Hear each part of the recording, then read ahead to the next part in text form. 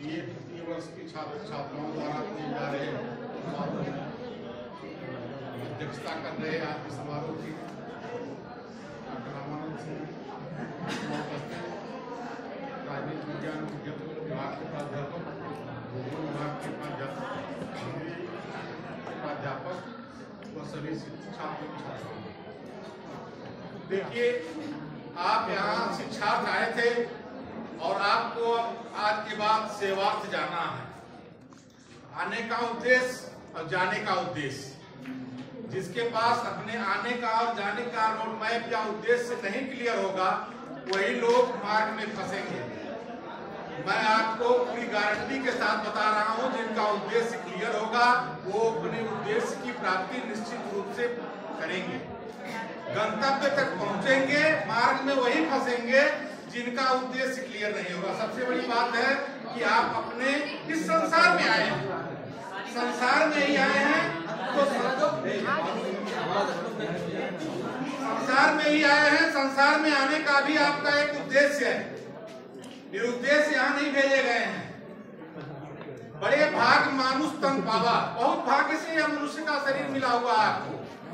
तमाम इस संसार में केवल 7 अरब जो जनसंख्या है मनुष्य की, उसके बाद सभी जो है वह विभिन्न प्रकार के जीव जंतु और प्राणियों के रूप में है। 7 अरब पूरे संसार की जनसंख्या है मानव आकृति में, और इस जनसंख्या में आधी जनसंख्या जो है वो हमारी मातृशक्ति की जनसंख्या है, हमारी कन्या देवियों की जनसंख्या है। और अब इसके बारे में बता दे रहा हूं कि आप यहाँ आए थे, स्नातक किए, स्नातक के बाद आप परास्नातक करने जाएंगे। इंटर का तात्पर्य होता है इस ज्ञान गंगा में जो माँ जगत जननी जगदम्बा पराम्बा द्वारा रचित यह संसार है। इस संसार की जो ज्ञान गंगा है उसमें प्रवेश, इंटर माने प्रवेश होता है, उसमें प्रवेश करने के लिए आए थे। प्रवेश करने के बाद अब जब आप प्रविष्ट हुए तो स्नातक का तात्पर्य होता है ज्ञान गंगा में प्रथम स्नान कर लेने तक को स्नातक कहते हैं। आपने प्रथम स्नान कर लिया है, अब स्नान के पश्चात आप अपने ज्ञान को समाज में बांटेंगे, सेवा के माध्यम से बांटेंगे। अपने समाज में विभिन्न प्रकार से आप उसको अपने लाभ से लोगों को लाभान्वित करेंगे। यह आपकी योजना और आपका रोड मैप होना चाहिए। और शिक्षित होना कोई बहुत बड़ी बात नहीं है।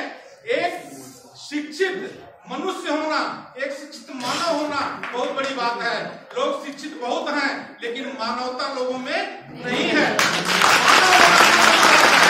आप एक शिक्षित मानव बनिए, संसार के लिए काम करिए, समाज के लिए काम करिए। और दूसरी चीज कि जैसा खाएं अन्न वैसा होगा मन। जब आप अपने अन्न पर शुद्ध अन्न खाएंगे, शुद्ध विचार होंगे, सात्विकता से रहेंगे, सात्विक समाज का निर्माण करेंगे, मैं गारंटी के साथ कह सकता हूं कि किसी के मस्तिष्क में विकार नहीं होगा। और विकार नहीं होगा तो समाज में किसी प्रकार का विकार नहीं दिखाई देगा आपको। कोई चोरी करने की मस्तिष्क में उसके धारणा नहीं आएगी, कोई चोरी नहीं करेगा, कोई व्यभिचार नहीं करेगा। जो इस तरह के समाज में परेशानियां खड़ी हो रही हैं, सामाजिक जो समस्याएं बन रही हैं, उसकी समस्याएं नहीं उत्पन्न होंगी, वो समाप्त हो जाएंगी। आज क्या है, हम शुद्ध आहार नहीं ले रहे हैं। हम क्या खा रहे हैं? चाउमीन। तो चाउमीन खाएंगे तो क्या होगा? आपका मन भी चाउमीन हो जाएगा। चाउमीन क्या है? यह एक प्रकार की मीन माने मछली है जो जल में रहती है। वास्तविक प्रवृत्ति का द्योतक है, मानवीय प्रवृत्ति का द्योतक नहीं है। यह पाश्चात्य सभ्यता और भौतिकतावादी लोगों की सोच है, जिसके कारण आज समाज में समस्याएं बढ़ रही हैं। आप जब भोजन करेंगे, लोग कहते हैं कि खाना खा लेंगे। खाना भी जो शब्द है वह नाश्ता करके जा रहे हैं। नाश्ता जो शब्द है सात्विक नहीं है, तामसिक है। उसमें कोई अन्न का पोषण नहीं होता है। वह किसी पशु की बलि के द्वारा या किसी पशु के जो मांस है उसका पोषण होता है, उसको नाश्ता कहते हैं। हम आप वाले शिक्षित हों, शिक्षित होकर के मानव बने, पहले देखें कि हम क्या, हमारा आहार क्या है, हमारा विहार क्या है, हम कैसे कम्युनिटी में रह रहे हैं, हम किस प्रकार का आचरण कर रहे हैं। अपने माता पिता जिसने हमको इस संसार में आने का अवसर प्रदान किया, जिसने इस संसार में हमको रहने के लिए व्यवस्था दिया, हमारी उनके प्रति क्या श्रद्धा है, हम उनको क्या दे रहे हैं। हम 18 वर्ष तक तो उनसे लिए, लेकिन अब जब समाज में हमारी देने की स्थिति है तो हम उनको क्या दे पा रहे हैं। यह हमारी लायबिलिटी है, हमारी जिम्मेदारी है। लेकिन हम इस जिम्मेदारी पर अगर खरे उतरते हैं तो समाज में अगर सभी पूरे संसार के बच्चे उतर जाएं तो मेरा दावा है कि कोई बुजुर्ग खाने पीना या अपनी वृद्धावस्था की सेवा शुश्रूषा के किसी भी प्रकार के हिसाब से वंचित हो जाएगा। कोशिश करनी होगी कि हम शिक्षित हैं और शिक्षा इस प्रकार की होनी चाहिए। शिक्षा और हम एक ही कक्षा में एक ही गुरु द्वारा पढ़ाए जाते हैं। 200 विद्यार्थी हैं, लेकिन 200 फर्स्ट क्लास पास नहीं होते हैं। कुछ उसमें फर्स्ट क्लास पास होते हैं, कुछ सेकेंड क्लास पास होते हैं, कुछ थर्ड क्लास पास होते हैं, कुछ फेल हो जाते हैं। हमारा क्या है, हम तो उस स्टेशन मास्टर की तरह से अपने महाविद्यालय में बैठे हुए हैं। जैसे कोई ट्रेन आती है, कुछ यात्री उतर जाते हैं, कुछ यात्री चढ़ जाते हैं। ऐसे बस रूपी ट्रेन आती है, यहाँ पे कुछ बच्चे नए आ जाते हैं, कुछ थर्ड ईयर से पास होकर के चले जाते हैं। हम तो स्टेशन मास्टर हैं, सिग्नल देते रहते हैं, ये भाई सिग्नल आता रहता है, लोग आते रहते हैं, जाते रहते हैं।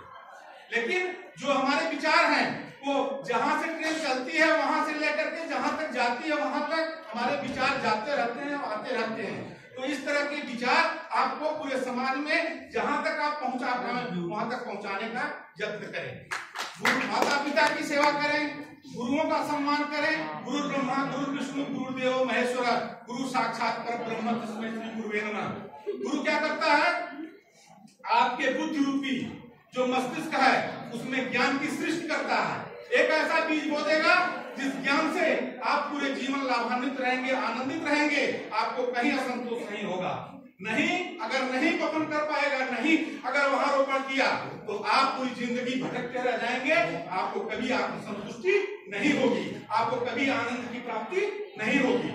इसके लिए आपको चिंतन करना होगा। यह जगत जननी माँ जगदम्बा का प्रांगण है। यहाँ पर आपको आने के बाद पहले माता पिता प्रथम गुरु हैं, प्रथम देवता हैं, कि उनको प्रातः कर देखिए ईश्वरीय सत्ता है। भगवान राम है, प्रातः काल उठ के रघुनाथा माता पिता नाम माथा कहा गया है ना। जो रघुनाथ है, जो स्वयं इष्ट हैं, जो स्वयं स्पिरिट गाइड है हमारे, जिनके निर्देशों पर हम चलते हैं, वह भी यहाँ आते हैं। भगवान भी अगर अवतार लेकर के आते हैं तो वह समाज को दिखाने के लिए अपने माता पिता और गुरु का वंदन करते हैं। इसलिए यह जो मानव है वह मानव माया से वेष्टित है। वह हो सकता है कि माता पिता और गुरु को त्याग करके अपने परिवार के साथ उनकी उपेक्षा करे, इसलिए वो स्वयं वंदना करते हैं। माता पिता के आदेश से 14 वर्ष तक वन में रहते हैं। आज किसी लड़के से कहते माता पिता कि आप जाइए 2 साल के लिए शहर में रहिए और बनाइए खाइए, तो वह माता पिता की उपेक्षा करने को उतारू हो जाता है। उनके आदेशों को सिरधार नहीं करता। कहते हैं कि जाओ बाजार से सामान लेते आओ। तो हम जानते हैं, हम समाज में हमारी बहुत गहरी बात है, बता दे रहा हूँ कि उपेक्षित भावना, आदेशों की उपेक्षा करने की भावना आज के नवयुवकों में प्रायः पाई जा रही है। इसमें आप अगर सुधार करिए, जो मंत्र दे रहा हूँ ये सब सफलता के मंत्र हैं। आप कहीं रहेंगे, किसी दुनिया में रहेंगे, आपको रेगिस्तान में छोड़ दिया जाएगा, फिर भी आप वहां आबाद और आनंद से रहेंगे, मेरा यह दावा है। और अगर उन नियमों का पालन नहीं करेंगे, आप किसी लखनऊ जैसे, दिल्ली जैसे शहर में रहेंगे, खाने बगैर मरने लगेंगे, यह भी मेरा दावा है। तो दूसरी तीसरी चीज कि छात्र, आप यहाँ छात्र बनकर के आए हैं, मेरा दावा है कि इसमें से 10-5% छात्र बन पाए।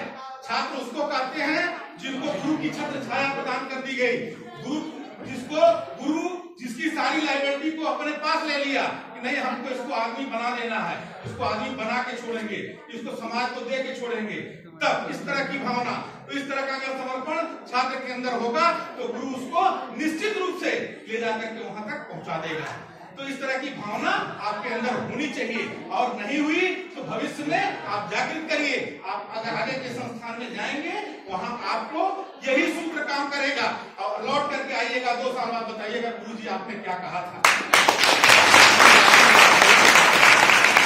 दूसरा सूत्र यह है कि आप जहां भी रहें, जो भी मिले संतोष करें। तीसरी चीज अपनी बच्चियों बहनों के लिए बता रहा हूं कि आप शक्ति स्वरूपा हैं, आप अपनी शक्ति को समझिए। आप कहीं निरीह नहीं हैं।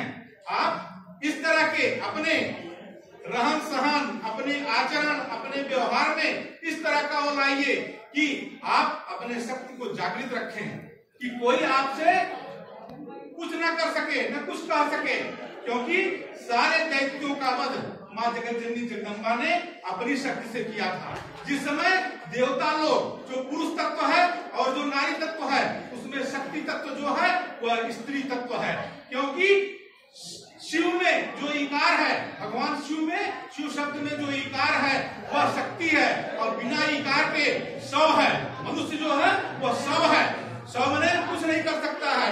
इसलिए हर सफल मनुष्य के जीवन में जो उसकी पत्नी है या जो उसके साथ जो शक्ति जुड़ती है वह सफलता की कारक होती है, और यह चीज समाज में हमेशा इसीलिए हमारे यहाँ कहा गया यत्र नार्यस्तु पूजन्ते रमन्ते तत्र देवता। जहाँ नारियों की पूजा होती है, जहाँ उनका सम्मान होता है, जहाँ उनके प्रति अच्छी सद्भावना होती है, जहाँ इनकी प्रसन्नता होती है, जहाँ इनकी जिस आंगन में किलकारियां होती हैं, जहाँ इनकी हंसी के शब्द आते हैं, वहाँ पे लक्ष्मी और देवता दोनों लोग साक्षात रूप से निवास करते हैं। यह मैं गारंटी और दावे के साथ कर सकता हूँ।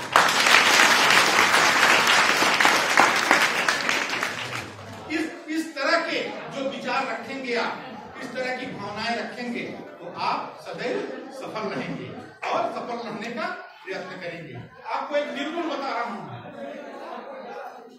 बहुत गूढ़ है, बहुत सामान्य रूप से लोग प्राय सुने भी होंगे, लेकिन उसका तात्पर्य जानने की कोशिश करिएगा।